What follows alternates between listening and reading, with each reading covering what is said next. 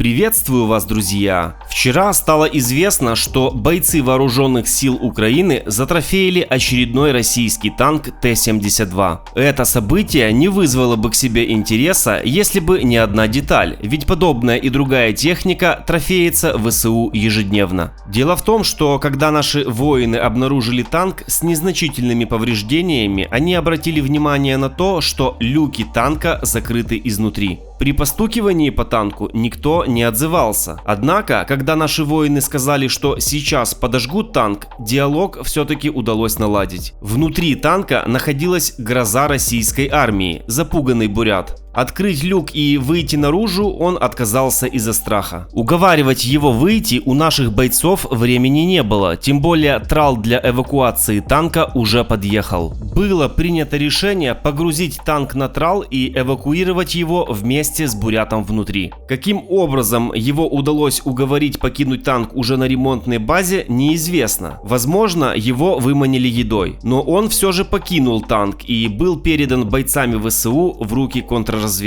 За потерю своей техники российских оккупантов лишают части выплат. Так, например, старый Т-72 стоит около $1 миллиона, а модернизированный стоит около $3 миллионов.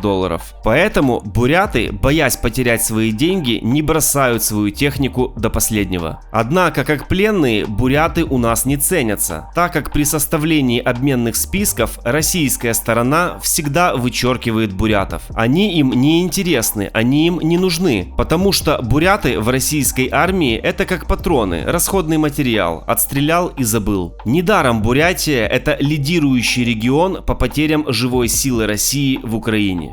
Так что, пацаны, там, кто остался в России, пишите все, что аэропорта, не едьте сюда, оставайтесь там, лучше останьтесь со своими семьями, дома будет лучше, здесь вы все ляжете. Здесь Украина, мирный народ, я вот видел, как они живут, видел, как они друг за друга стоят. Нету здесь никаких бандеровцев, никаких бандитов здесь нету.